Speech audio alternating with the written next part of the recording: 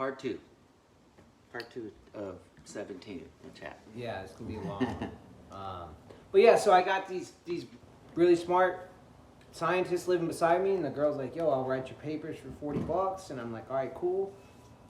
She's like, "What kind of paper do you want?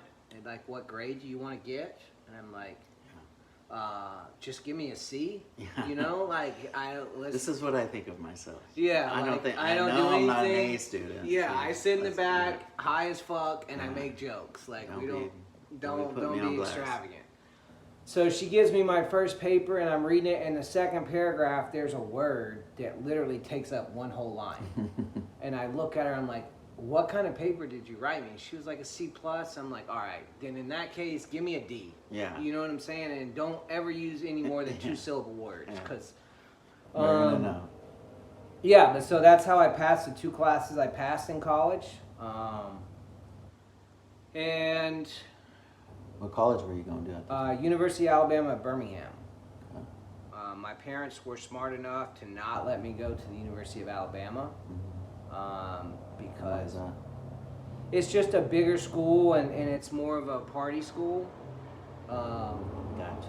Not that that's all they do. Alabama has a really good education system, but University of Alabama at Birmingham is like 15 minutes from my house. They could like kind of keep a check on me at my place more so than they could at Tuscaloosa. And the deal was like if you do good here for a year, then you could transfer to Tuscaloosa and go to school there. Yeah. Like I said, I didn't make the year, so yeah. So now I'm like, okay, college is over. Tried that, didn't work. I should go get a big boy job, right? And so I get a big boy job working for a telephone company in Alabama, AT&T, and which is like a good job, good money, benefits, the whole nine. And the thing about my career using drugs and alcohol is like I always had these limits of shit that I wouldn't do. When I was in high school, there were this is back when the OC 80s were out, the real deal, and people were on them, and I seen what happened to them and how they looked and all this stuff, and I was like, I think I've asked you this before. What was the price of the OC 80s in Alabama? Because I know what they were in California, and I know they had to have been less because I've had guys literally drive from 3 states over to pay Really? $1 a milligram. I know the best price that I got on those things in Birmingham, I know that his shit got delivered from California. Yeah, because out of the gate, you could get them for $20 a pill all day. Yeah. And then it would gradually go up the harder they got to get, 30, Yeah. 40. I mean, but I had one guy that was paying $80 a pill. Yeah, they would go for 80. Some people would pay 80. 50 to 60 was considered a fair price. The norm. If you knew somebody, you might could get it for 40.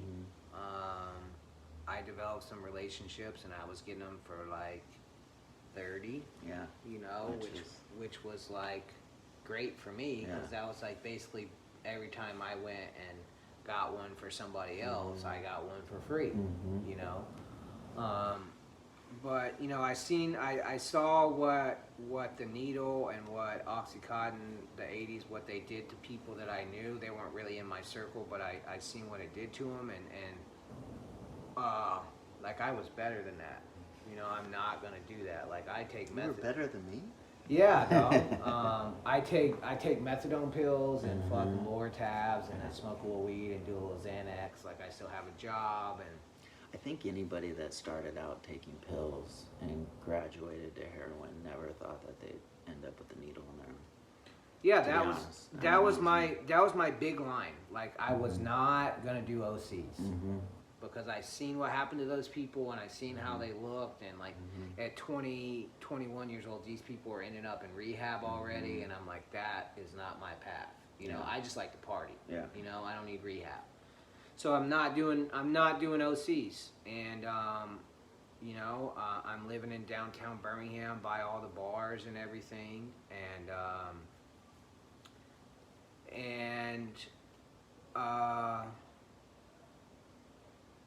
I forget how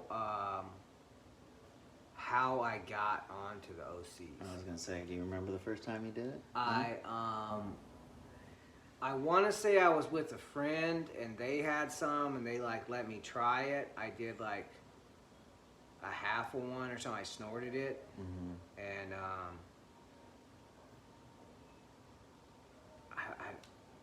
I don't know. I remember how I got connected with my dealer, the first guy that I got with. I remember him.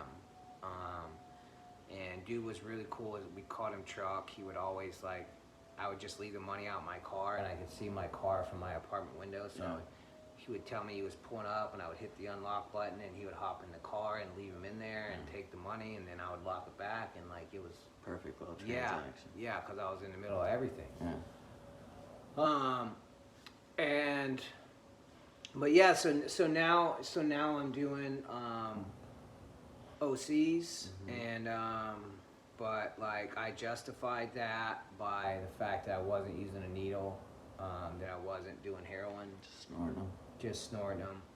And again, I was different than these other people. Hey, you had the little green coating on the inside of your shirt, just like we did. Yeah, right here, baby. You weren't any better. You had it on the inside. I remember every shirt, every sock I owned just had like little greens. You throw it in your mouth, suck on it, put it in your shirt, get the coating off, and you're ready to rock. Yeah. But yeah, so now I'm on those, and so now you're doing oxys. I'm doing oxys, and by this time, like, this is the first time I really ever realized like withdrawal symptoms. Yeah. You know, like I remember like I would be working at AT&T, and I wouldn't have any, and it would have been like a day or two, and I just noticed like I wouldn't feel like doing shit at work. I would feel kind of cold. I'd have the sweats, and like I was like, I don't know what's going on, and then somebody's like, well, just take another pill, it'll go away. Yeah. And I was like, oh, that makes sense. Yeah. You know, and so I did that, and then it got to the point where like I couldn't pay my bills with the money that I was making and be able to get high, and ended up having to quit the job at AT&T because they were going to fire me because like at 10 o'clock on a Tuesday I would have a family emergency and have to leave, and then another emergency on Thursday.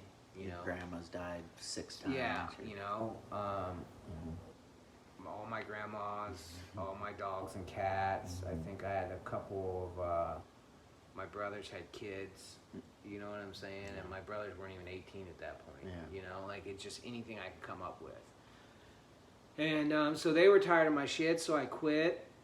And then I land this other job. I'm territory manager for the Southeast for this food broker, and so I have all of Alabama, Georgia, Tennessee, Mississippi, and like the Panhandle of Florida. That's like my territory. They give me a company car. They give me a company credit card. I got like 10 people working under me. Like big boy shit. Big boy job. Yeah. You know what I'm saying? I leave out of town on Sunday night, and I come back on like Thursday night or Friday morning. Everything is paid for: gas, hotel. I get a per diem every day that I'm out of town. Literally, the only thing that I pay for during the week is cigarettes. Yeah. Right, and I still can't make enough money to pay my rent. Mm-hmm. You know, and this is Alabama. This is not California where rent's outrageous, right? We're talking like $600 a month for rent, you know, and I can't. For a two-bedroom apartment. Right, exactly. Yeah. You know, and I can't afford to pay rent, and so like what I'm doing is I'm going and buying enough drugs on Sunday morning to make it through the week, because I'm in like all these podunk towns in the country, and I don't know where I'm gonna be at, and it's too hard to like try and cop dope. Like this is before like people could order drugs off the internet, you know, which I was never comfortable with doing. So I would take it with me, and again, like I said earlier, like I had problems with portion control. So I would get it Sunday morning, and then I would divide everything up and do a daily dose into like separate little baggies, and then like 3 baggies would be my Monday dose, 3 baggies would be my Tuesday dose, and so on. Which was a great plan because I could kind of like pace myself. The problem with this plan is one night I'm driving to Georgia to go check into my hotel before work Monday morning, and I'm super fucked up on Xanax, and by this time I've graduated to heroin. They quit making the Oxycontins, and so... You weren't slamming though, were you? No, at this point I'm not slamming. I'm still just snorting. We had China White. So you get China White back there? Yeah, so we're snorting. Yeah. And I'm super fucked up, like swerving, driving all fucked up, and I get pulled over by this little bitty cop in some like little bitty ass town in Georgia. Like literally their police station was a double wide trailer. You know, this is where I'm at. And he pulls me over, he has me get out of the car, and he searches the car, and he finds a shit ton of drugs in my car. I just crossed the state line. I have heroin, I have Xanax, I have Klonopin, I have Suboxone, I have methadone, right? And all these things are divided up individually into bags. You know, so of course to him it looks like I'm transporting drugs across state lines for sales. Yeah. And I try to like talk to this cop like, yo, like I've had a bad day, it's not what it looks like. Well, then he proceeds to tell me how his brother just overdosed like 6 months before that and died, and when he told me that, I knew. Yeah, he's got something personally. Yeah, invested. I'm fucked, dude. There's no talking to this guy. Yeah. So they take me to jail in Georgia, and you know I've been to jail before, and it's usually like the catch and release variety. So I go to jail right outside of Atlanta, not in Fulton County, but in Carroll County, Georgia, and I'm there for like 3 months, I think, and I'm thinking like, you know, I got caught with these drugs, it's no big deal, it's like my first felony charge, you know, they're gonna give me like probation or some shit, you know. And Georgia's like, the South in general is not like California as far as their drug policies.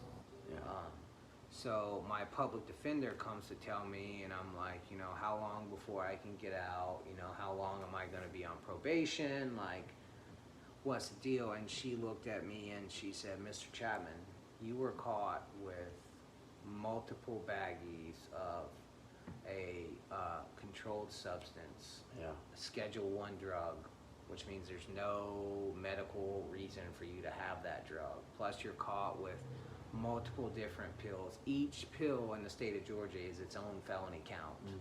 You know, and you have multiple kinds of pills and multiple pills of each kind. She was like, I'll be happy if we get you out of here with like anything under 5 years. And I'm just like... How old were you at this time? I'm in my 20s. I'm in my like mid 20s. So like 24, 25, somewhere in there. And I'm like... Here we go. Wow. You know? So...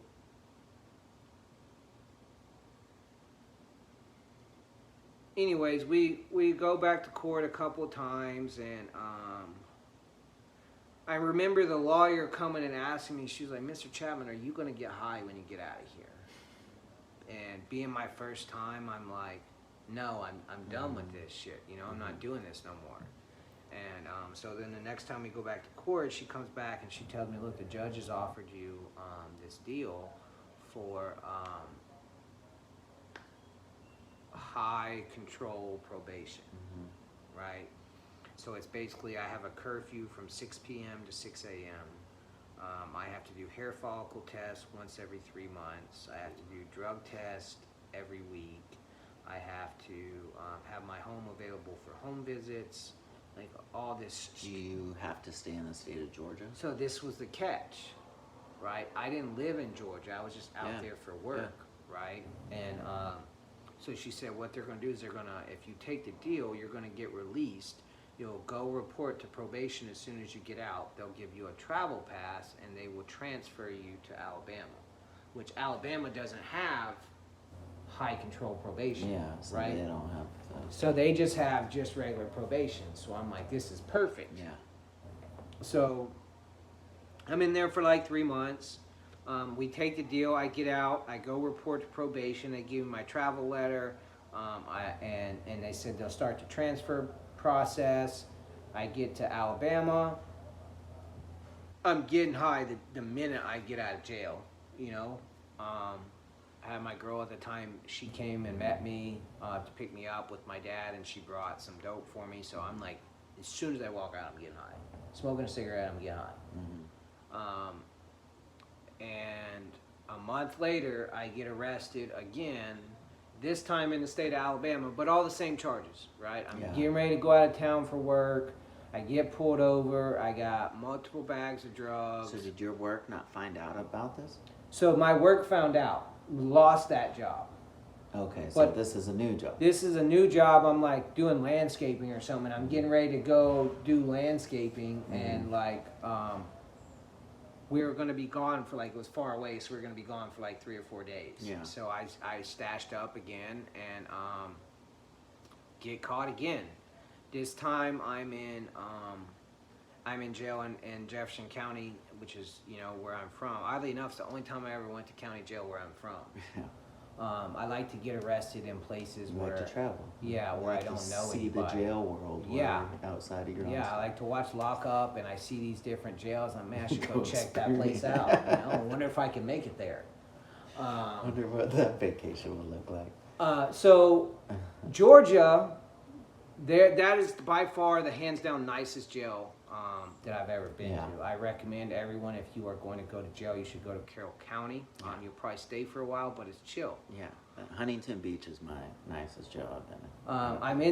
I'm in this jail cell in Georgia. It's a 2-man cell. I'm like, majority of the time I had the cell to myself.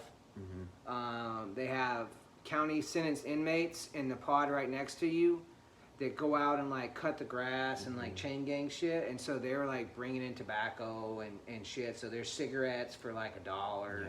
It's like super cheap, and like it's like Camp Snoopy, or it was. Yeah. So then I go to Jefferson County Jail, and I get taken up, and they take me up to my cell. They take me in. It's a 1-man cell. There is 3 other inmates in this 1-man cell. 1 guy has a rack, 2 guys on the floor. I get stuck next to the fucking toilet because it's the only spot left. Not only is there 4 people in this 1-man cell, but the jail is so overcrowded, they have ran out of mats. So now I'm kicking dope on the cement floor next to the toilet with nothing but a blanket and a sheet. And the way we had this one CO there that would like not let you out for day room, and he worked 3 days in a row. So he would literally only let you out for 30 minutes for breakfast, 30 minutes for lunch, and 30 minutes for dinner. And if you tried to hop in the shower, you missed dinner, and it was just fucked off. And so I'm kicking dope on the floor. I'm trying to trying to get out because I know that Georgia's gonna find out that I'm in here. Yeah. Right? And once they find out that I'm in here, like the lawyer already told me, like if you violate this, you're going to prison. Yeah. You know? And so I'm just trying to get out of jail before Georgia figures out. And end up staying in Jefferson County for like a month. Go to court. My attorney's like, they've offered you probation, but I think we could do better. And I'm like, look, we need to take this deal and I need to get out. Like today. Yeah. You know? So I take the deal, not because I like the deal or anything like that, but just because I want to get out before Georgia realizes I'm in custody for the same charge again.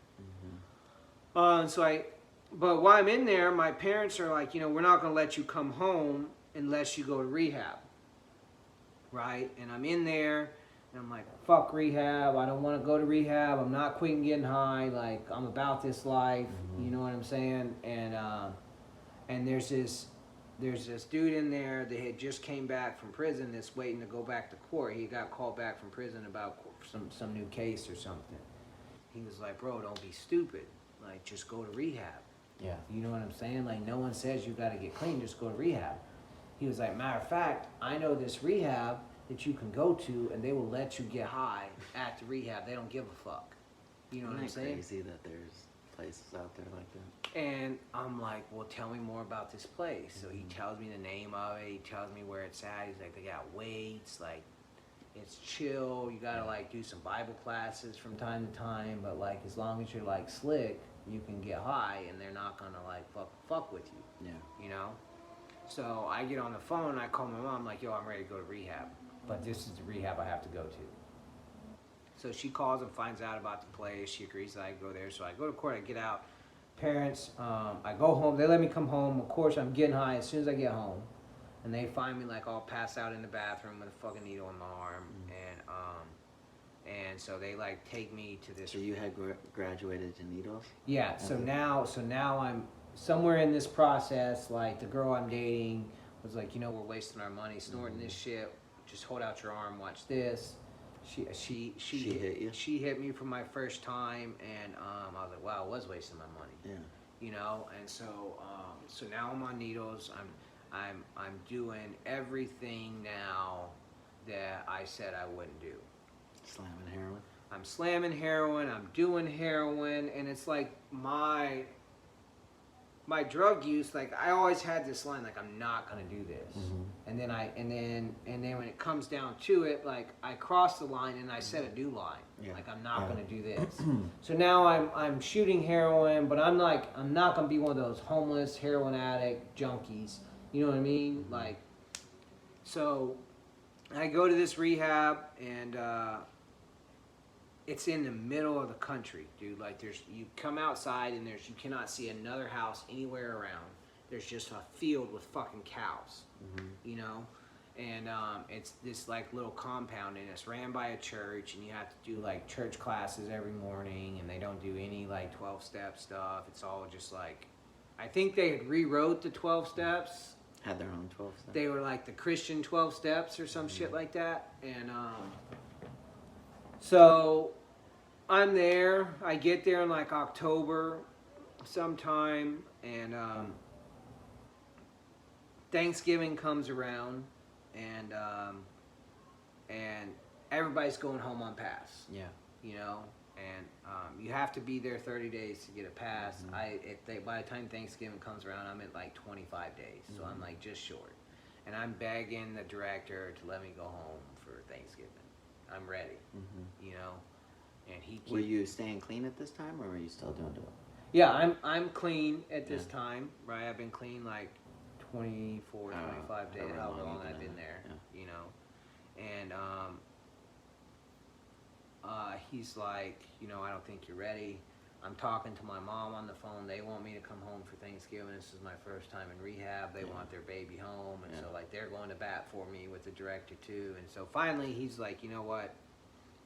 This is what I'll do for you. I'm going to give you an 8-hour pass. You go home. They can pick you up Thanksgiving morning. They take you home. You eat Thanksgiving with them, you spend the day, and you come back. You are not allowed to leave their presence. You stay with them at all times. You can't go see any friends. Nobody can come over. It's strictly family. And we're drug testing you when you get back. Yeah. And so parents agree to that. I agree to that. We go home. We do the family Thanksgiving dinner. I go outside after the Thanksgiving dinner to smoke a cigarette. And it's cold as fuck in November in Alabama. It's not cold enough to snow. It's just like that miserable, wet cold, you know? So I go out into the garage to smoke, and I see my old golf bag with my golf clubs out there. And so I'm smoking, and I'm like, for some reason, I just start digging around in my golf bag. And down in the bottom side pocket where I kept all my balls and my tees and everything, like I open it, and there is this gigantic bottle of Xanax bars that I had got hidden from yourself. Yeah, that obviously I had hidden from myself. Forgot where they were. I've done that so many times. And it was like there was two missing. I obviously had taken those two and hid it in my golf bag, and now I find it, and you know, I truly believe that was a God shot. Was a test. You know, like Jesus was telling me, like, yo, yeah. What are the chances? This is for you, my friend. You know, you've done well. And or he's telling you, let's see how strong your sobriety is. I thought it was a sign that I was supposed to get high. Of course. However, me being the smart drug addict that I am, I realized that when I get back, they're going to drug test me. So I'll hold on. Yeah, I cannot take these right now. That's some willpower. I'll give you that. Right. So I hide the pills. I come back. I get back, and there's like 6 clients there that didn't go home for whatever reason, that they're there. And the 2 guys that run the place, they aren't there. There's just this fucking intern there. And he like lets me, but you know, he receives me and whatever. And he's like, all right, you're good to go. Kind of like searches my bags, make sure I ain't brought nothing back. And he's like, you're good to go. And I'm like, you want to drug test me?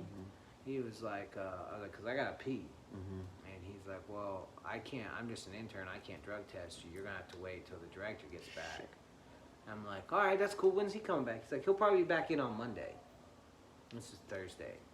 And like when he tells me that, like my heart breaks, because I'm like, all right, I can hold on to these pills for like a couple hours. Yeah. But ain't no way we're holding on to these pills throughout the weekend. No. So, I go put my stuff up.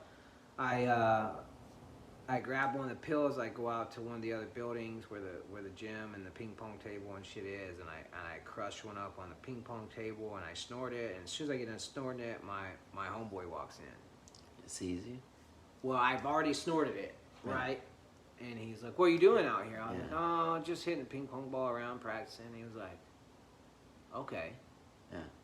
And so we go into the other room to watch TV, and we're like watching TV, and he sees me like nodding, like a little nod, like falling asleep and shit. And so we go outside to smoke a cigarette, and he was like, "Can I ask you a question?" Yeah. I'm like, "Sure." And he's like, "Did you bring anything back?" And I'm like, "No. Did you?"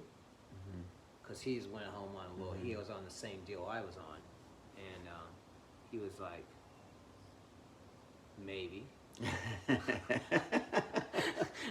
And he's like, "If I did," like drug addicts talk, dude. He was like, "If I maybe. did." Yeah, I'm not gonna incriminate myself. Yeah. Maybe. He's like, "If I did, yeah. would that change your answer?" And I look at him with a straight face, and I'm like, "Maybe." Yeah. And so he's like, "What'd you bring?" And I'm like, "I brought fucking bars." And I'm like, "What'd you bring?" He was like, "I brought heroin." And I'm like, Combo. "That a boy." Yeah. So I'm like, "Well, did you bring any darts?" And he was like, "No, but I got this steroid needle up in my room because I've been doing steroids since I've been here too." Big old fatty. Yeah, and so like he's like, "We can use that." Yeah. And I'm like, okay, so we go start getting high with this gigantic fucking steroid needle. Basically a bicycle pump needle. Yeah. And so like we're getting high. I have like hidden my pills in my room. My roommate knows I'm fucked up. Ooh. He has, while me and homeboy are getting high in his room because his roommate's not there, my roommate has went digging through my stuff like the good drug addict that he is. He's found my pills and has since started passing them out to everybody that's there, including the intern. You got the whole place on. So now it's like 2 o'clock in the morning, dude. Like all 8 people on the property are just fucked off. Yeah. 3 guys decide to walk like 3 miles to a gas station to buy beer. They get lost on the way back, decide to sit down and drink the beer because they're tired and start calling for help because we all have phones that we're not supposed to have. And so they're calling us, trying to get us to figure out where they're at. They end up fucking waking up at like 7 in the morning on some bleachers of some school park and like trying to race to get back before anybody notices there's gone. There's people laid out in the grass, like in front of the house, like looks like a fucking frat party. And when is this? Sunday or? This was Friday morning. So you guys hadn't even started the weekend yet. No, we hadn't even made it to the weekend. This is the first night. Yeah, this is the first night. So this is the perfect spot to end part 2. And then we'll start part 3 to finish the weekend.